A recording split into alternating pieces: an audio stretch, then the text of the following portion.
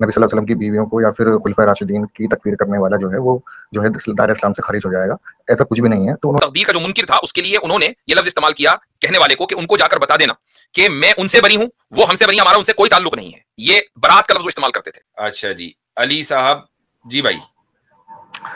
السلام علیکم مفتی صاحب۔ وعلیکم السلام۔ مفتی صاحب میرا ایک سوال ہے اور میں نے دوسرے دیگر علماء سے بھی پوچھا، لیکن اب میں تھوڑا سا اس میں مجھے سمجھ نہیں آ رہا، تو میں آپ سے پتہ کرنا چاہ رہا ہوں۔ میرے کچھ دوست ہیں جو کہ مختلف یوٹیوبرز کو سنتے ہیں۔ اب بات یہ ہوگی کہ میں نے جو تحقیق کری ہے، مجھ کو معلوم ہوا ہے کہ اسلام اور کفر یعنی کہ اسلام اور کفر کے درمیان جو کچھ بیسک عقائد ہیں جس کی وجہ سے انسان مسلمان ہوتا ہے، ان کو چھوڑنے کی وجہ سے انسان کفر سے نکل جاتا ہے، اسلام سے نکل جاتا ہے۔ تو جہاں تک میں نے معلوم کرا اس میں ایک یہ بھی ہے چیز شامل کہ خلفائے راشدین اور نبی صلی اللہ علیہ وسلم کی جو بیویاں ہیں ان کی تکفیر کرنے والا جو شخص ہوگا وہ دائرہ اسلام سے خارج ہے۔ یہ بات ہمارے کچھ ایسے دوست ہیں، میں نام نہیں لینا چاہ رہا کسی کا، کچھ یوٹیوبرس ہیں، وہ انفلوئنس ہیں ان سے۔ اب وہ اس چیز کو میں نے ان سے بات کی تو مجھ سے کہہ رہے تھے بھائی یہ چیز بکواس ہے، ایسا کچھ نہیں ہے، ٹھیک ہے نا، کہ کسی شخصیت کو نبی صلی اللہ علیہ وسلم کی بیویوں کو یا پھر خلفائے راشدین کی تکفیر کرنے والا جو ہے وہ جو ہے دائرہ اسلام سے خارج ہو جائے گا، ایسا کچھ بھی نہیں ہے۔ تو انہوں نے مجھے اس چیز کے اوپر ایک دلیل دی، انہوں نے کہا کہ خوارج جو تھے انہوں نے حضرت علی کی تکفیر کی تھی، ٹھیک ہے، لیکن حضرت علی نے بدلے میں ان کی تکفیر نہیں کی، بلکہ انہوں نے مجھے بتایا کہ احادیث سے تو یہاں تک ثابت ہے کہ انہوں نے صحابہ کرام نے ان کے پیچھے نمازیں پڑھنے کے لیے کہا، بلکہ ان کی اذانوں کا جواب دینے کے لیے بھی کہا۔ تو اب مجھے سمجھ نہیں آ رہا ہے کہ میں غلط ہوں یا پھر وہ صحیح ہیں۔ ٹھیک ہے، اس کا جواب دو ذہن میں ہے۔ عامر بھائی اس تعلق سے آپ کچھ کہنا چاہیں گے شروعات میں؟ نہیں حضرت، میرے خیال سے آپ جس طرح مناسب سمجھیں۔ حضرت علی رضی اللہ عنہ کی تکفیر خوارج نے کی اور حضرت علی کے ساتھ ساتھ حضرت معاویہ کی بھی تکفیر کی ہے۔ ایک حدیث ذہن میں آ رہی ہے صحیح مسلم کی، جس میں رسول اکرم صلی اللہ علیہ وسلم نے ارشاد فرمایا کہ من قال لاخیہ المسلم یا کافر فقد باء بکفرہ، تو یہ بلکہ فقد باء بہ احدہما، کہ اگر کوئی شخص اپنے مسلمان بھائی کو کافر کہتا ہے تو ان دونوں میں سے کوئی ایک کافر ہو گیا۔ اب اگر وہ بندہ جس کو کافر کہا گیا ہے حقیقی طور پر کافر ہے تو بس پھر وہی کافر ہے، اور اگر وہ حقیقی طور پر کافر نہیں ہے تو تکفیر کرنے والا کافر ہے کہ اس نے ایک مسلمان کی تکفیر کی ہے۔ تو خلفائے راشدین کے تعلق سے صحابہ کرام کا ایک مزاج تھا، وہ مزاج یہ تھا کہ وہ تکفیر کے لفظ کے بجائے برات کا لفظ استعمال کرتے تھے۔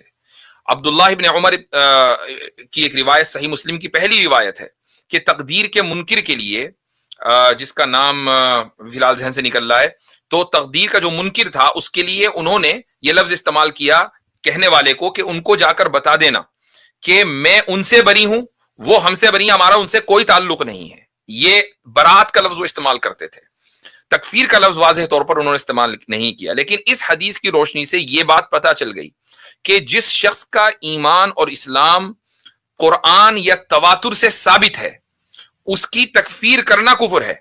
چونکہ اب آپ نے ایک شخص کو کہ جس کا ایمان تواتر سے ثابت ہو گیا، اس کو جب آپ نے کافر کہا ہے تو اس حدیث کی روشنی میں آپ خود کافر ہو گئے۔ ٹھیک ہے، یہ ہمارا موقف ہے اس تعلق سے۔ تو مفتی صاحب وہ جو حضرت علی نے تکفیر نہیں کری بدلے میں، اور بعض روایتوں سے بھی آیا ہے کہ ان کی صحابہ کرام کہتے تھے کہ نہیں ان کی جو ہے اذانوں کا جواب بھی دو، ان کے پیچھے نمازیں بھی پڑھو، تو اس کو تھوڑا ڈیفائن کر دیں، وہ ایسا کیوں کیا گیا اگر یہ اصول ہے تو؟ وہ روایتیں میں یقیناً اس پر دیکھوں گا کہ اذانوں کا جواب دو اور ان کے پیچھے نمازیں بھی پڑھو، چکے یہ محل نظر ہے میرے نزدیک کہ خوارج کا اتنا زیادہ انفلوئنس کہ مسلمانوں کی مساجد میں وہ امام کے درجے پر فائز ہوں اور اذانیں دے رہے ہوں، یہ چیز عقل میں آنے والی نہیں ہے۔ ہاں، مقام حرورہ ایک جگہ ہے جہاں پر خوارج سب سے زیادہ رہتے تھے۔ ابن عباس رضی اللہ عنہ وہاں مناظرہ کرنے کے لیے گئے اور ان میں سے 4000 کو توڑ کر لے آئے، 4000 جو ہے وہ انہوں نے اسلام قبول کر لیا۔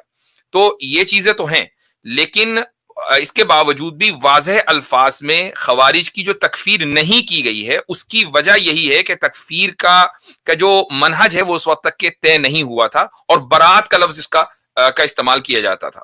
لیکن یہ بات طے ہے کہ جو شخص مثلا حضرت ابوبکر رضی اللہ، مثلا میں ایک مثال دیتا ہوں، زید رضی اللہ عنہ کا ذکر قرآن کریم میں ہے، تو زید کا صحابی ہونا یہ تواتر کے ساتھ، نص قطعی کے ساتھ، ڈیفینیٹو ایویڈنس کی بنیاد پر طے ہے. اب اگر کوئی آدمی یہ کہے کہ نہیں زید جو ہے وہ صحابی نہیں تھے بلکہ وہ والعیاذ باللہ کافر تھے، تو وہ قرآن کا منکر ہو گیا.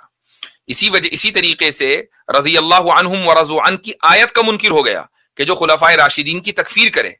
تو پھر ایسی صورت میں آپ اس کو قرآن کا منکر کہیں گے. یہ نہیں کہا جائے گا کہ جی یہ شخصیت پرستی ہو گئی کہ کسی شخص کا انکار کرنے سے کفر لازم آ رہا ہے، بلکہ قرآن کا انکار اس سے لازم آتا ہے.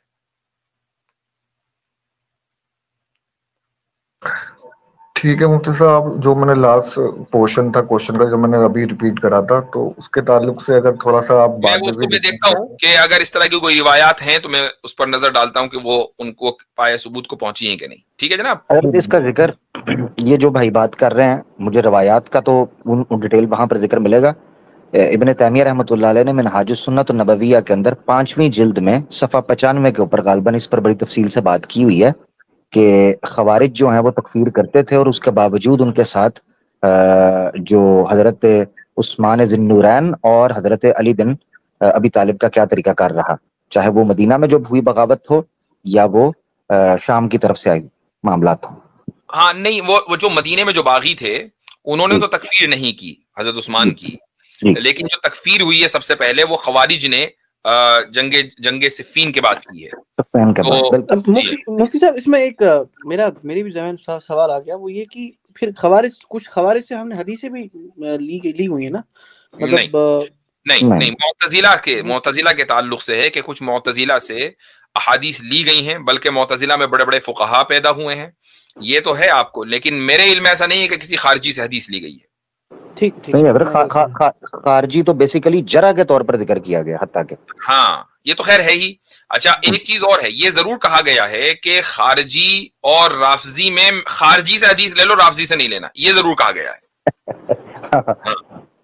ٹھیک ہے حضرت ایک چیز اور تھی اس میں، جیسے سورہ نور میں جو پہلی جو 10 آیت ہیں جو حضرت عائشہ کے بارے میں جو آئی ہے ان کی صفحہ پہ آئی ہے، اور اس کی بنیاد پر اگر ہمارے سامنے کوئی حضرت عائشہ کے کیریکٹر کے اوپر کوئی بات کرتا ہے تو کیا وہ قرآن کا وائلیشن نہیں مانا جائے گا؟ اس میں بالکل وائلیشن ہے، بالکل وائلیشن ہے. تو اس پہ کیا حکم لگانا چاہیے پھر اس پر بھی تکفیر، بالکل تکفیر کا حکم ہے کہ جو آدمی حضرت عائشہ رضی اللہ عنہا کی شان میں تہمتیں لگائے تو وہ قرآن کا منکر ہے. قرآن تو حضرت عائشہ رضی اللہ عنہا کی برات کا اظہار کر رہا ہے، 10 آیتیں نازل کر رہا ہے. تہمت نہ بھی لگائے، لیکن اگر یہ بھی تکفیر پر ایمان رکھے تو بھی سیم رول اپلائی ہوگا. بھائی حضرت عائشہ رضی اللہ عنہا بھی تو صحابیات ہی میں آئیں گی نا. سب سے بڑی بات تو ایک اہل بیت میں ہے، اہل بیت سے پھر اس کے بعد صحابیات میں رضی اللہ عنہ ورضوا عنہ کی جو آیت ہے وہ ان کے لیے بھی ہے، سب کے لیے تو ان کے لیے بھی ہے. تو اب اگر کوئی آدمی ان کی تکفیر کرے تو وہ دراصل اس آیت کی تکفیر کر رہا ہے. اچھا دوسری بات یہ کہ ان صحابہ کا ایمان کے اوپر یعنی پوری زندگی مومن رہنا، ہم یہ نہیں کہہ رہے کہ ان کی وفات بھی ہر حال میں، ہمارے پاس کا کوئی ثبوت نہیں ہے، لیکن ان کی پوری زندگی ایمان کی حالت میں گزرنا، اس کے اوپر پوری نسل شاہد ہے تابعین کی. ٹھیک ہے، اور تابعین نے یہ رپورٹ کیا تبع تابعین کو، تو اسی کو کہتے ہیں تواتر طبقہ. تو یہ چیز تو تواتر سے ثابت ہے کہ وہ مسلمان تھے. ٹھیک ہے مفتی صاحب، میری آپ سے بس یہ گزارش ہے، کیونکہ میں کنیکٹ نہیں ہو پاتا، آپ کے پاس اتنا رش رہتا ہے، اتنی بھیڑ رہتی ہے اسٹریم پہ، تو میرا آپ سے گزارش ہے کہ جو روایات جو میں نے ذکر کیا آپ اس کا ایک بار ری بٹل کر دیجیے گا ریکارڈ کر کے. ٹھیک ہے، بہتر ہے انشاءاللہ. چلیں صحیح ہے، جزاکم اللہ خیر.